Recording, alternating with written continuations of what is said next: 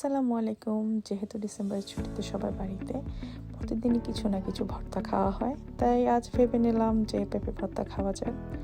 স্বভাবতই বাড়িতে সবগুলো গাছের সাথে পেঁপে গাছ তো থাকেই, তাই আমরা কয়েকটি পেঁপে নিয়ে নিলাম ভর্তা বানানোর জন্য।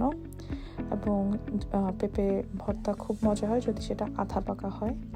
তারপর একটা বোলে পানিতে লবণ, মরিচ এবং তেঁতুলটা ছাড়িয়ে নিলাম। তারপর পেঁপেগুলোকে আমরা কুচি কুচি করে কেটে নিয়েছি, যাতে করে মাখানোর পর পেঁপেটা অনেক রসালো হয়। পেঁপেটা যতটা রসালো হবে ততটা খেতেও ভালো লাগে। এবং আমরা একটু স্পাইসটাও কম দেওয়ার চেষ্টা করবো, যেহেতু আমরা সবাই মিলে খাবো এবং বাচ্চারাও খাবে, তাদের জন্য একটু স্পাইসটা কম দিব। তারপর কিছু ধনেপাতা কুচি করে নিয়েছি। অনেকে ধনেপাতা পছন্দ করে, আমরা সবাই পছন্দ করি, তাই আমরা ধনেপাতা দিয়েই ভর্তা খাই বেশিরভাগ। তারপর আমরা তেঁতুল দিয়ে পুরো মাখানোটাকে মেখে নিচ্ছিলাম এবং তেঁতুলটাকে ছাড়িয়ে নিচ্ছিলাম, যেহেতু ভেতরে বীজ রয়ে গিয়েছে, এবং ভালোভাবে মাখিয়ে নিচ্ছিলাম।